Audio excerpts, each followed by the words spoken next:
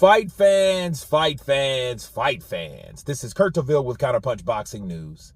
And I have some new news concerning Deontay, the Bronze Bomber Wilder, and Anthony Joshua.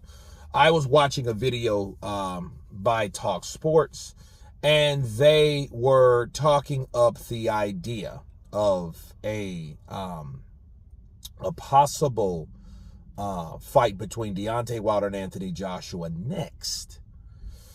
And my counterpunch to that is, why not? I wouldn't mind seeing a fight between AJ and Deontay. They've both lost their last fights. Like, how would they market it? I think, that's up to the PR team.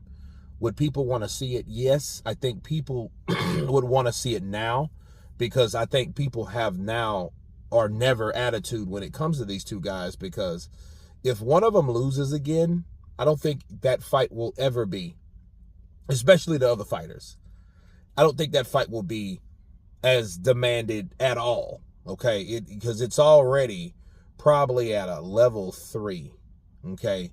Saying one the highest is probably at a level 3, okay? One being probably in 2018 or 19, whereas now 2024, it's dropped down to a level 3 where it was at a level 2. Okay, because they're not champions anymore, but then they've taken losses. So now it didn't drop down. And it will answer a lot of questions. One, does Wilder still have a punch? Or does AJ, is his chin shot? Or vice versa. Does AJ, we know AJ has a punch because he buckled Dubois with his punch. But if Wilder can take some right hands from Anthony Joshua, it will show you that maybe, just maybe, that AJ is the kind of guy that doesn't have the punching power that people think he does. And I think that's bullshit. I think Daniel Dubois is a good chin, and I think if he could take a shot from Anthony Joshua, I think people will then get rid of the myth that, hey, he can't take a shot. Because I don't believe that Deontay Wilder's chinny. I don't believe that. I think, he's taken a lot of punishment, but I don't think that he's a chinny guy. I think wear and tear will affect any fighter. And once it's torn, it's torn. And it will forever begin to tear. Okay. But at the end of the day, I do believe that,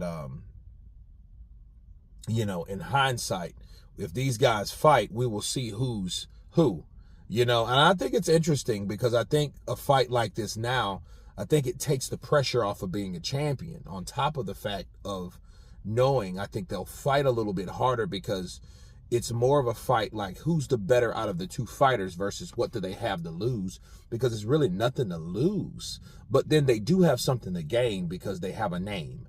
Okay, so if Joshua can take out Wilder, he'll have Wilder on his record. He'll have Wilder, and he'll have Ruiz, he'll have Parker, he'll have White.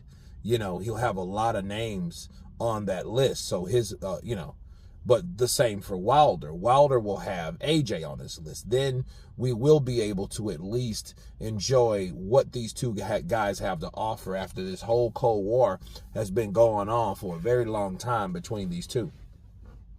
And I just, and it's so crazy because the war is so cold, but the war is real to the point they don't really, like, AJ doesn't even talk, like, he doesn't even really acknowledge Wilder. I mean, he'll talk to Wilder, but he doesn't really say much about Wilder. And I don't know if that's a good thing or a bad thing, but the fight, I think it should happen if it's going to happen, because after all, let me put it to you like this. Why not AJ or Deontay Wilder when you still have people talking about the possibility of AJ fighting Tyson Fury in an all-British showdown? You know what I mean? So it's like, okay, well, if people are looking for Tyson to lose, for him to be humble enough to fight AJ, whereas, well, we still have Wilder lost and AJ lost. So why don't they just fight each other and allow Tyson Fury to fight Alexander Usyk to see who wins there, and allow Daniel Dubois to fight the winner? You know what I'm saying? I think that would make more sense, because it's like we're missing something here. Like, okay, well, if the two guys that lost recently, why don't they fight each other versus the two guys that won fight each other? Versus, hey, let's wait for AJ to see if Tyson Fury loses, where he's already taken an L this year or the last fight. You know what I mean? So I think that would make more sense for Deontay and AJ to fight, to see who can redeem themselves. And then we'll know, where to go after that. Then possibly whoever wins out of that could possibly have a fight with whoever wins for the Undisputed Showdown. But anyway, you guys tell me what you think of that Talk Sports conversation about AJ and Deontay. Do you think those guys should fight next? Of course, please subscribe. And you guys been Counterpunch.